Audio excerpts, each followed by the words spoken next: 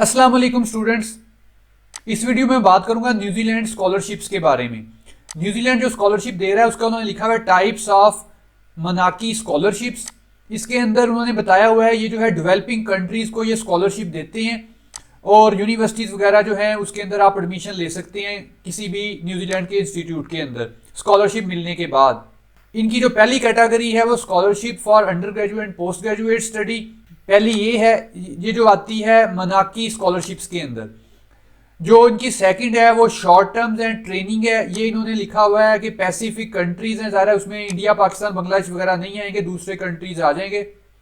और जो तीसरी इन्होंने बताया हुआ है साउथ ईस्ट एशियन कंट्रीज, ये तीसरी जो है शॉर्ट टर्म, ये भी एक ट्रेनिंग है इनकी, इसके ऊपर भी ये स्कॉलरशिप प्रोवाइड करते हैं। जैसे ये देखें, ये है साउथ ईस्ट कंट्रीज, ब्रुनेई हो गया, मलेशिया हो गया, सिंगापुर हो गया, फिलिपाइन हो गया, इनके अंदर भी पाकिस्तान इंडिया वगैरह शामिल नहीं है। जो इनकी जो लास्ट वाली है वो इंग्लिश लैंग्वेज ट्रेनिंग है। इंग्लिश लैंग्वेज के आपको 1 साल की आपको ट्रेनिंग इंग्लिश सिखाते हैं, लेकिन इसके अंदर भी उन्होंने कंट्रीज लिखा हुआ है कि इसके अंदर भी एलिजिबल है अफ्रीकन एंड एशियन कंट्रीज, लेकिन इसके अंदर भी जो कंट्री है वो पाकिस्तान वगैरह के कंट्रीज नहीं आते। इसके अंदर भी जो इंडोनेशिया हो गया, थाईलैंड हो गया, इस टाइप की जो कंट्रीज है वो उन्होंने इस लिस्ट के अंदर शामिल किए हुए हैं। अभी हम चलते हैं इस लिस्ट के ऊपर। इस लिस्ट के अंदर आपने कैसे अप्लाई करना है, इसलिए कि ये वाली इस वक्त स्कॉलरशिप ओपन है और ये यही सबसे बड़ी जो है उनकी स्कॉलरशिप है। ये देखें, मैंने इस पेज के ऊपर आ गया हूँ, scholarship for international tertiary students. इसके ऊपर इन्होंने बाद में नीचे लिखा हुआ है, इसके आप एलिजिबिलिटी चेक कर लें। वो मैंने पहले ही बता दिया कि आप पाकिस्तान, इंडिया, बांग्लादेश और इस टाइप के जितने डेवलपिंग कंट्रीज है सारे इसके अंदर शामिल है। बाद में उन्होंने चेक एलिजिबिलिटी क्राइटेरिया बताया हुआ है, नीचे सब्जेक्ट्स बताया हुआ है। आप इन चीज़ों को बारी बारी देखना चाहते हैं तो देख लें, लेकिन मैं फिलहाल जहाँ पे जाता हूँ चेक एलिजिबिलिटी क्राइटेरिया, इसके ऊपर जाके आपको थोड़ा सा इसके बारे में बताता हूँ। यहाँ पे देखें, इन्होंने एलिजिबिलिटी क्वेश्चंस लिखे हुए हैं, नीचे आप इसको पढ़ लें कि विच कंट्री से आप पासपोर्ट है, वो मैंने आपको पहले बता दिया।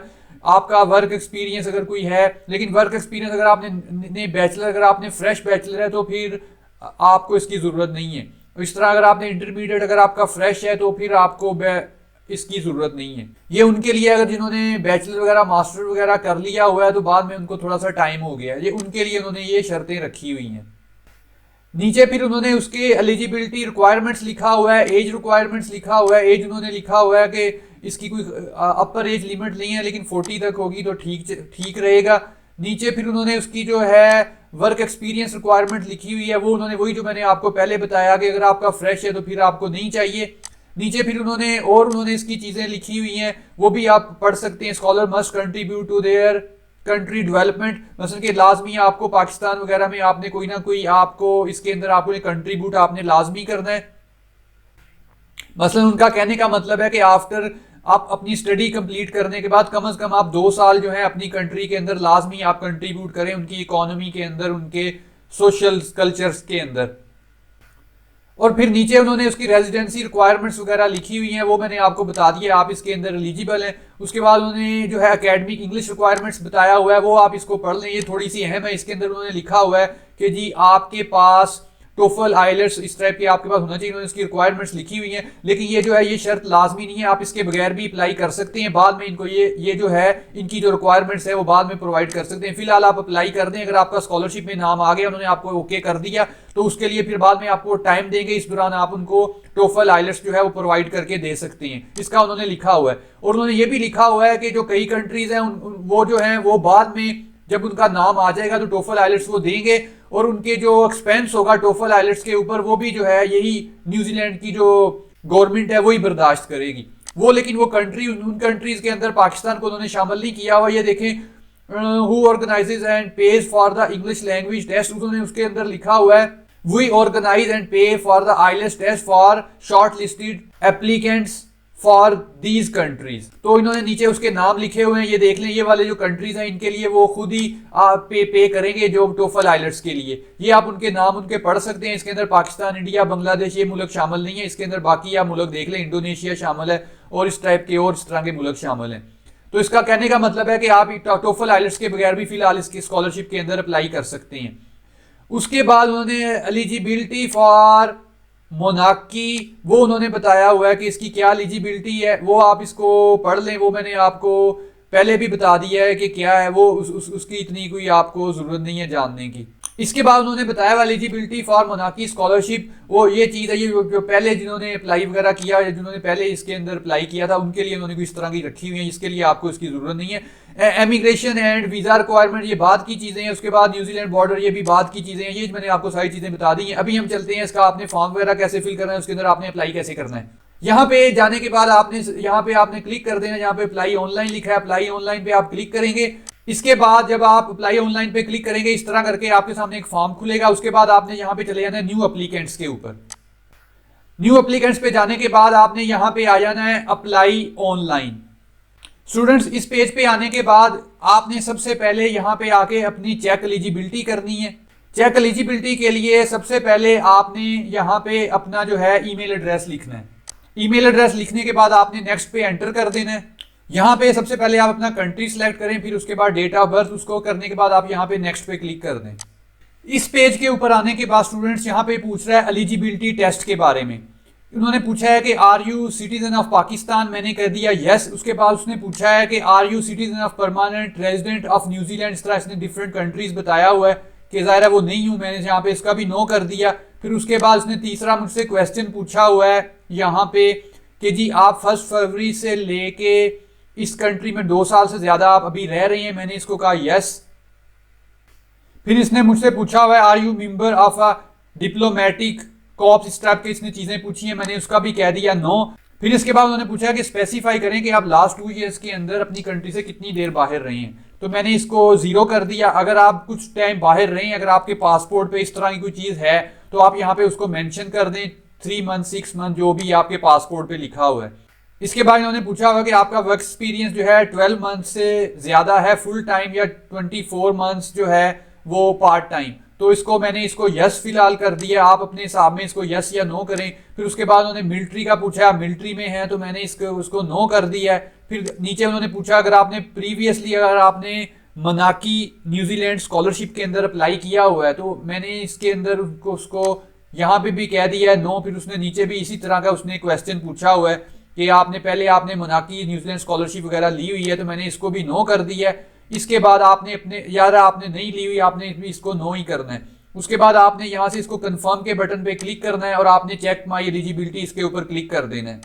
देखिए उन्होंने बताया congratulation you are eligible to apply for a Manaaki New Zealand scholarships. इसके लिए अब मैं रजिस्टर के ऊपर क्लिक करूंगा। रजिस्टर के ऊपर क्लिक करने के बाद अभी इसने मेरा जो ईमेल था वो पहले ही इसने पिक कर लिया है। उसके बाद अभी मैं इन चीज़ों को फिल करता हूँ, मैं आपको फर्दर बताता हूँ कि फिर आपने क्या करना है। यहाँ पे देखें ऊपर तो उन्होंने आपका जो ईमेल आपने शुरू में आपने दिया था वही उन्होंने यहाँ पे मेंशन कर दिया, इसको तो आप चेंज नहीं कर सकते। नीचे फिर आपने अपना नाम लिखा, फर्स्ट नेम लास्ट नेम, फिर उसके बाद उन्होंने आपका प्रेफर्ड नेम पूछा, इसको आप छोड़ दें। फिर उन्होंने एलिजिबिलिटी कोड है वो खुद ही जनरेट कर लिया। नीचे जेंडर, फिर उसके बाद आपने नीचे अपना रेजिडेंस एड्रेस लिखना है, एड्रेस अपना पूरा लिखें। उसके बाद यहाँ पे सिटी के बाद कंट्री, उसके बाद उसका पोस्टल कोड यहाँ पे अपने सिटी का वो आप गूगल से चेक कर सकते हैं। मैं लाहौर लिखें, लाहौर पोस्टल कोड वो आपको बता देगा। इस तरह फैसलाबाद पोस्टल कोड वो बता देगा, वो यहाँ पे ला के लिख दें। नीचे उन्होंने फिर यहाँ पे बताया हुआ है additional information, do you identify as a disabled person और अ पर्सन विद डिसेबिलिटी। अगर इस तरह की कोई चीज़ है तो आप इसको टिक कर दें, वरना इसको छोड़ दें। नीचे फिर आप अपना जो है वो मोबाइल नंबर या अपना मोबाइल ही करके लिख दें जो प्राइमरी है, और उसका सेकेंडरी है वो भी अगर आप मोबाइल ही कोई और है आपके पास वो भी यहाँ पे लिख सकते हैं। फिर उसके बाद उन्होंने आपसे पूछा है कोई डिपेंडेंट वगैरह आपके हैं तो आपने उसको नो कर दें, यस कर दें, या आपको पता है। उसके बाद नीचे फिर आपको हमारे बारे में कहाँ से पता चला, आपने वहाँ से 2-3 चीज़ों को टिक कर देना है। टिक करने के बाद उन्होंने पूछा है आप कोई और भी चीज़ हमें बताना चाह रहे हैं, please enter a comments if you have selected other. यहाँ से अगर आप अदर को सिलेक्ट करेंगे तो फिर आप उनको यहाँ पे कुछ बता सकते हैं कि जी आपको कहाँ से पता चला। तो इसको बाद आपने यहाँ पे रजिस्टर के ऊपर क्लिक कर देना है। अभी इन्होंने मुझे कहा कि चेक योर ईमेल। ये देखें मुझे एक ईमेल रिसीव हुई है। अभी मैं इसके ऊपर जाता हूँ और इसको अपने अकाउंट को एक्टिवेट करूंगा। सबसे पहले ये जो मेरा यूजर नेम है उन्होंने मेरा ईमेल ही उसको यूजर नेम बता दिया। यहाँ पे जाके मैंने क्लिक करना है। अब यहाँ पे आपने अपना पासवर्ड सिलेक्ट करना है। उसके लिए जैसे जब यहाँ पे सारे यहाँ पे ये टिक लग गए, इसका मतलब है कि आपने अपना जो पासवर्ड है वो ठीक सिलेक्ट किया है। उसके बाद आपने यहाँ पे आके चेंज पासवर्ड, इसके ऊपर आपने क्लिक कर देना है। अभी आप इस पेज के ऊपर आ गए हैं। इस पेज के ऊपर आके आपने अपने जो है एप्लीकेशन है इसको स्टार्ट करना है अप्लाई करने के लिए इस स्कॉलरशिप के अंदर। ये देखें लिखा हुआ है न्यूजीलैंड स्कॉलरशिप्स। आपने अप्लाई के बटन पे यहाँ पे क्लिक करना है। उन्होंने उसकी क्लोजिंग डेट दी हुई है कि 29 फरवरी 2024 को इसकी जो है लास्ट डेट है। आप अप्लाई के बटन पे यहाँ पे क्लिक करें। अभी हम स्कॉलरशिप एप्लीकेशन फॉर्म के ऊपर आ गए हैं। आप इन सारी जो फॉर्म को मैं वन बाय वन फिल करता हूं। फिल करने के बाद मैं आपको बताऊंगा कि कैसे आपने भी इसको फिल करना है। अच्छा स्टूडेंट, यहाँ पे अब मैंने इसको इंट्रोडक्शन को सबसे पहले मैं फिल करूंगा। इंट्रोडक्शन के अंदर आपने अपनी पर्सनल डिटेल ये सारी इसने पहले ही वहां से पिक कर ली है, नेम वगैरह, आपका जो ईमेल एड्रेस है, उसके बाद आपकी डेट ऑफ बर्थ, फिर आपने कंट्री को सिलेक्ट किया। कंट्री में आपने अपना जो सिटीजनशिप उसको पाकिस्तान, नीचे जो 2 है उसको आप छोड़ दें, अगर आपके पास है तो इसको कर दें। फिर नीचे उन्होंने पूछा हुआ है कि आप कोई मेंबर हैं डिप्लोमेट के वगैरह के, तो आपने इसको अगर आप हैं तो यस कर दें, वरना इसको नो, इसको भी ना टिक करें। फिर अगर आपने 2 साल इससे पहले 2 साल अगर आप किसी और आप कंट्री में आपने विजिट वगैरह किया या गए हैं तो उसका आप लिखें कितनी देर के लिए जो आपके पासपोर्ट पे है, वरना कुछ नहीं है तो आप इसको 0 कर दें। अगर इसको आप कुछ करते हैं 1 इस तरह करके तो फिर आपने इसकी वहाँ पे डिटेल बतानी है। नीचे फिर उन्होंने आपका मिलिट्री से आपका ताल्लुक है तो आप यहाँ पे इसको टिक कर दें, टिक नहीं है तो इसको छोड़ दें। फिर आप इसको नेक्स्ट पे क्लिक कर दें। नेक्स्ट पे जब आप क्लिक करेंगे तो आप इसके ऊपर आ जाएंगे पोर्शन के ऊपर, propose study program. Propose study program के अंदर आके आपने सबसे पहले तो आपने which sector is the propose study most relevant to, ये सबसे पहले तो आपके पास ये वाली चीज आएगी। तो आपने यहाँ से गवर्नेंस को सिलेक्ट कर लिया जिसके अंदर आपने एडमिशन लेना है। उसके बाद आपने यहाँ से फर्ज किया जो आपकी जो फील्ड बनती है वो यहाँ से आपने सिलेक्ट करनी है। मैंने यहाँ से गवर्नेंस को सिलेक्ट किया है। आप जब भी इसमें से किसी को करेंगे तो नीचे फिर उसके फर्दर उसके जो हैं डिटेल्स सब्जेक्ट्स आ जाएंगे। यहाँ से फिर मैंने एक को सिलेक्ट किया पब्लिक फाइनेंशियल मैनेजमेंट को, फिर उसके बाद मैंने उसकी लेवल ऑफ स्टडी वहाँ से मास्टर को किया। फिर उसके बाद नीचे मैंने यूनिवर्सिटी ऑफ ऑकलैंड को कर लिया। नीचे फिर क्वालिफिकेशन ये 2 उसमें दे रहा है इस गवर्नेंस के अंदर फाइनेंशियल मैनेजमेंट में, तो मैंने मास्टर ऑफ मैनेजमेंट कर लिया। इसमें दूसरा था मास्टर ऑफ कॉमर्स। फिर सेकंड चॉइस उसने पूछी है कि फिर मैंने इसको यहाँ से गवर्नेंस किया। यहाँ से फिर मैंने अकाउंटिंग को सिलेक्ट किया। अकाउंटिंग के बाद मैंने फिर यहाँ से कोर्स जो है वो मास्टर किया। उसके बाद फिर मैंने ऑकलैंड, फिर यूनिवर्सिटी, फिर मैंने नीचे जो इसके अंदर से मैंने जो कोर्स सेलेक्ट किया मास्टर ऑफ प्रोफेशनल अकाउंटिंग, मैंने इसको सिलेक्ट किया। फिर इसको मैंने नेक्स्ट पे क्लिक कर देना। अभी ये जो है मेरी स्टडी हिस्ट्री के ऊपर आ गया है।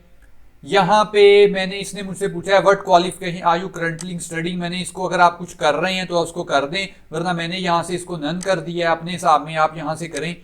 फिर उसके बाद उसने पूछा है आपके पास कौन सी जो हाईएस्ट डिग्री है।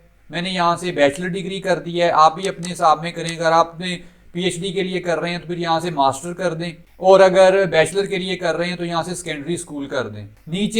यहाँ से नीचे फिर आ जाए। नीचे उन्होंने पूछा है are you previously received a New Zealand scholarship. मैंने इसको यहाँ से नो कर दिया। फिर उसके बाद क्वालिफिकेशन डिटेल्स, यहाँ पे आपने जितनी अपनी क्वालिफिकेशन डिटेल है वो यहाँ पे बतानी है। सबसे पहले आपने नेम ऑफ क्वालिफिकेशन यहाँ पे अपनी हाईएस्ट क्वालिफिकेशन को सबसे पहले लिख दें। फिर उसके बाद यहाँ पे आपकी जो थी मेजर जो था वो आप यहाँ पे लिख दें। उसके बाद नीचे आप अपनी यूनिवर्सिटी का नाम लिख दें, इंस्टीट्यूट या यूनिवर्सिटी का नाम, कॉलेज का नाम। उसके बाद आपने आपका जो इंस्टीट्यूट कहाँ पे है वो आपने पाकिस्तान यहाँ से सिलेक्ट कर लिया, इंडिया पाकिस्तान जो आप करना चाह रहे हैं, जो कंट्री है आपका। फिर उसके बाद उसने पूछा है कि आपने ये कंप्लीट कर ली। मैंने इसको कहा यस। फिर कब आपने स्टार्ट की थी, कब आपने फिनिश की थी, वो जो आपकी ट्रांसक्रिप्ट वगैरह पे लिखा हुआ है उसको यहाँ से देख के लिखें। फिर यहाँ पे आपने अपना जो एकेडमिक ट्रांसक्रिप्ट है और उसका जो ट्रांसक्रिप्ट और उसके साथ जो उसकी डिग्री है दोनों को एक ही पीडीएफ में कन्वर्ट करके उसको यहाँ पे अटैच कर दें। फिर नीचे आए। नीचे आने के बाद आप अपनी सेकंड क्वालिफिकेशन को ऐड कर सकते हैं। यहाँ से आप जितनी मर्जी चाहें ऐड कर सकते हैं, लेकिन मैंने फिलहाल यहाँ पे सेकंड की है। उसका मैंने लिख दिया है पोस्ट ग्रेजुएट डिप्लोमा। बैचलर के बाद मैंने किया है, उसका मैंने अकाउंटिंग में किया है। उसके बाद मैंने पंजाब यूनिवर्सिटी से किया है, वो पाकिस्तान से किया है। उसके बाद वो मैंने कंप्लीट कर लिया। वो मैंने स्टार्ट कब किया है, फिनिश कब किया है। उसके बाद मैंने उसका भी जो है उसकी भी जो ट्रांसक्रिप्ट थी, उसका जो डिप्लोमा था, सर्टिफिकेट था, वो भी मैंने यहाँ पे अटैच कर दिया है। और उसके बाद उन्होंने पूछा है was this study fully funded through a scholarship. मैंने इसको कह दिया है नो। इस यहाँ जो पहले भी उसने पूछा था was this study funded through a scholarship, मैंने इसको भी कह दिया है नो। अगर आपने इस तरह करके अगर आपने स्कॉलरशिप वगैरह के जरिए आपने वो स्टडी वगैरह की है बैचलर की और कोई पोस्ट ग्रेजुएट डिप्लोमा, तो फिर उसको यहाँ पे आप यस भी कर सकते हैं। जब आप यस करेंगे फर्ज किया तो यहाँ पे फिर वो आपसे पूछेगा कि आपको किसने स्कॉलरशिप दी, कंट्री कौन सा था, कहाँ से आपने स्कॉलरशिप ली, सारी इसकी डिटेल। और ये प्लस पॉइंट होगा आपका, इसलिए कि आपको पहले भी कहीं से स्कॉलरशिप मिली हुई है, आपने स्कॉलरशिप की बेस पे आपने पोस्ट ग्रेजुएट डिप्लोमा किया या आपने बैचलर डिग्री की है, तो ये आपका प्लस पॉइंट होगा। तो ये एक अच्छी चीज़ है। अभी हम नेक्स्ट चलते हैं। नेक्स्ट जाने के बाद अभी हम इसके ऊपर नेक्स्ट पे क्लिक कर देंगे। यहाँ पे ये वर्क हिस्ट्री का पूछ रहा है। यहाँ पे आपने अपनी वर्क हिस्ट्री बतानी है कि जो आपने किया हुआ है। यहाँ पे ऊपर उन्होंने बताया हुआ है, तो अगर तो आप फ्रेश हैं, अगर आपने अभी अगर आपने इंटरमीडिएट किया और बैचलर में एडमिशन ले रहे हैं, तो आपको इसकी कोई ज़रूरत नहीं है। आप इसको रिमूव के बटन पे क्लिक करें और आगे निकल जाएं। लेकिन अगर जैसे ही आपने फंस गया, आपने अंडर ग्रेजुएट किया है, तो आपके पास कोई एक्सपीरियंस वगैरह नहीं है, या आपने पहले कोई बस आपने स्टडी बाद में शुरू कर दी है इंटरमीडिएट के बाद, तो फिर भी आपके पास कोई नहीं है, तो इसको आप रिमूव रहने दें। लेकिन अगर आपके पास कोई वर्क एक्सपीरियंस है, कोई आपने बेशक आपने इंटर्नशिप वगैरह भी की हुई है, थोड़ी सी भी की हुई है, तो उसको भी यहाँ पे लाजमी अटैच करें। ये भी एक अच्छी चीज़ है। अगर कुछ भी नहीं है, फिलहाल आप फ्रेश हैं, तो आप इसको रहने दें, इन चीज़ों की आपको ज़रूरत नहीं है। फिलहाल जो मैंने यहाँ पे किया, जैसे देख लें, मैंने यहाँ पे कर दिया कि जी मार्केटिंग मैनेजर टाइटल लिख दिया, फिर उसके बाद पेड था, उसके बाद फुल टाइम था, उसके बाद कंपनी कौन सी थी वो भी मैंने ऐड कर दी, उसके बाद लोकेशन कौन सी थी, उसके बाद करंट में नहीं कर रहा, मैंने स्टार्ट कब किया, मैंने फिनिश कब किया, वो ऑर्गेनाइजेशन किस टाइप की थी, फिर उसके बाद ब्रीफली डिस्क्राइब योर ड्यूटीज़ मैंने वो यहाँ पे ऐड कर दी। इसके बाद मैं एक और भी ऐड कर सकता हूँ, 3, 4, 5, 6, 7 जितनी मैं चाहूँ यहाँ पे ऐड कर सकता हूँ। 3 माह मैंने यहाँ के पे किया, 5 माह यहाँ पे किया, इस तरह करके सारी डिटेल यहाँ पे ऐड कर सकता हूँ। इसके बाद मैंने इसको भी नेक्स्ट पे क्लिक कर देना है। नेक्स्ट पे क्लिक करने के बाद अभी ये नेक्स्ट मेरा पोर्शन आ गया डेवलपमेंट रेलिवेंस। इसके ऊपर उन्होंने बताया हुआ है कि keep your answer concise and with in the character limit. तो ये इसको दें। उन्होंने बाकी इसकी जो चीज़ें बताई हुई हैं कि इस तरह करके आप सही तरीके का कोई चेक थ्रू रेफरेंस के ज़रिए दें, और ओरिजिनल वर्क वगैरह का आप बताएं। Make sure this is your own original work. और नीचे फिर उन्होंने बताया हुआ है what skill and knowledge do you hope to gain from your propose study program. अच्छा, ये जो आपने अभी अपना स्टडी प्रोग्राम जो आपने चूज़ किया है, इसका बता रहे हैं कि आपको क्या स्किल आप इसके ज़रिए आप हासिल करेंगे। वो हमें ज़रा इसके बारे में आप बताएं कि आप क्या तवक्का रखते हैं कि आपको इससे क्या हासिल होगा। ज़रा आपने अपने वर्ड्स में इसमें यहाँ पे एक्सप्लेन करना है। फिर नीचे जो उन्होंने लिखा हुआ है, इसका उन्होंने लिखा हुआ है, इसके अंदर आपने उनको बताना है कि ये आपकी जो कंट्री डेवलपमेंट के लिए किस तरह अहम है, और आपने उसको ये प्रूव करना है रिसर्च के साथ, डाटा के साथ, और आर्गूमेंट देने हैं। और देने बड़े शॉर्ट है, आपने 1200 अल्फाज में इसको बयान करना है। और ये बहुत ही अहम पोर्शन है। इन चीज़ों की बुनियाद पे उन्होंने आपको स्कॉलरशिप देनी है। मैं आपको पहले बता दूं, जो डिग्री आपकी है वो तो मैटर करनी है, लेकिन वो कम मैटर करनी है। ये क्वेश्चन जो है ज़्यादा मैटर करने हैं। तीसरा, फिर उन्होंने आपसे पूछा हुआ है कि आप ये जो नॉलेज है इसको किस तरह आप कंट्रीब्यूट करेंगे development your home country. Basically वो चाह रहे हैं कि आप ये स्टडी करें और अपनी कंट्री में वापस आएँ, और 2 साल तक आप अपनी कंट्री में सर्व करें जो आपने स्टडी न्यूजीलैंड में की है। बेसिकली उनका इसलिए वो आपको स्कॉलरशिप दे रहे हैं डेवलपिंग कंट्रीज को। इसको भी आपने फिर नेक्स्ट पे क्लिक कर देना है। अच्छा स्टूडेंट, यहाँ पे आने के बाद ये वाला जो पोर्शन है रिलेशनशिप मैनेजमेंट, ये बहुत अहम है। जैसे उन्होंने लिखा हुआ है कंपिटेंसी क्वेश्चंस इंस्ट्रक्शन। यहाँ पे उन्होंने आपको ये बताया भी हुआ है that are important to your future success as a Manaaki New Zealand scholarship या स्कॉलर। तो ये उन्होंने बड़ा अहम बताया। इसके अंदर उन्होंने आपसे पूछा हुआ है कि आपने हमें सिचुएशन वगैरह को डिस्क्राइब करें जो आपने कंप्लीट की हो, और आपने उसको पूरी तरह आपने पूरा किया है, और आपने उसको कैसे पूरा किया ये हमें उस सिचुएशन के बारे में बताएं। पहले तो उसको आपने एक्सप्लेन करना है कि क्या आपको मसला था, फिर प्रॉब्लम थी, फिर आपने उसको कैसे आपने उसको टैकल किया, और कैसे आपने उस मसले को सॉल्व किया। ये उन्होंने चीज़ें नीचे उन्होंने एक्सप्लेन भी की हुई है। Describe the action you took, आपने कौन से आपने एक्शन लिए। पहले आपने सिचुएशन को डिस्क्राइब किया, फिर आपने एक्शन को आपने उनसे कौन से लिए, फिर उसका जो नतीजा वगैरह आया वो आपने यहाँ पे करना है। और उन्होंने बताया हुआ है कि ये आपका इनफ डिटेल हो और काफ़ी अंडरस्टैंडिंग हो, जो अंडरस्टैंडेबल हो जो इसको पढ़ रहा है। फिर नीचे उन्होंने उसके बाद में उसकी बाकी चीज़ें भी बताई हुई हैं, आप इनको पढ़ लें, बड़ी आसान सी चीज़ें आपको आसानी से समझ आ जाएगी। फिर नीचे उन्होंने उसका बताया हुआ है डिस्क्राइब द सिचुएशन। अच्छा, इसके अंदर मैं आपको एक चीज बता दूं, फर्स्ट किया मैं आपको एक मिसाल देता हूं कि आपने डिसाइड किया या किया था पहले कि जी आपने स्टॉक मार्केट के अंदर आपने किसी कंपनी के शेयर्स खरीदने हैं, तो आप सबसे पहले तो ये बताएं कि मैंने ये वाला मेरा प्रोजेक्ट था, मैंने इस तरह करके उसके शेयर खरीदने थे। फिर नीचे बताएं कि जी आपने जो एक्शन क्या लिए, कि आपने एक्शन ये लिए कि जी आप उनका आपने सबका को इंटरनेशनल जो कंपनी जिसके आपने शेयर खरीदने थे नेस्डैक के अंदर, आपने 10 कंपनीज का डाटा इकट्ठा किया। डाटा इकट्ठा करने के बाद आपने उनका पास्ट का एनालिसिस किया, जो टेक्निकल एनालिसिस भी आप उसको कह सकते हैं या दूसरा फंडामेंटल एनालिसिस भी आप कह सकते हैं। दोनों तरीकों से आपने उसका एनालिसिस किया, आपने उसके शेयर्स को चेक किया, आपने उसके फाइनेंशियल स्टेटमेंट्स वगैरह को चेक किया, और चेक करने के बाद आपने जो जिसका आपको बेस्ट पॉसिबिलिटी लगी ये आपने तरीके इस्तेमाल किए उनकी एवेल्युएशन के लिए या फिर उनके जजमेंट के लिए कि किस स्टॉक को आपको खरीदना चाहिए। और फिर उसके बाद आपने एक स्टॉक को खरीदा और वो स्टॉक जो था वो बाद में वो बड़ा अच्छा साबित हुआ और उसने बाद में बड़ा आपको फायदा दिया, या वो अच्छा साबित नहीं हुआ इसलिए कि मार्केट ने उसको अमेरिका में जो नेस्डैक था उसकी वजह से, जो भी इस तरह की सिचुएशन आप बना के लिख सकते हैं, कोई इसके अंदर नहीं है, आपने अपने अल्फाज में लिखना है। इसको लिखने के बाद आपने इसको भी नेक्स्ट पे क्लिक कर देना है। उसके बाद उन्होंने जो अगला जो उन्होंने क्वेश्चन बताया, उन्होंने सेल्फ ड्राइव बताया हुआ है। ये भी वैसे ही है, तकरीबन मिलता जुलता ही है, लेकिन थोड़ा सा इन्होंने डिफरेंट इसमें उन्होंने डाला है। इसके अंदर उन्होंने बताया हुआ है, देखें इसमें अंदर उन्होंने बताया हुआ है describe a situation when you had motivate yourself to achieve without any prompting from family, friends और अदर। इसका मतलब ये है कि वो आपको ये चीज बताने की कोशिश कर रहे हैं कि आपने अब अपना कोई प्लान बनाया है कि जी मैंने ये काम करना था और मैंने किया है।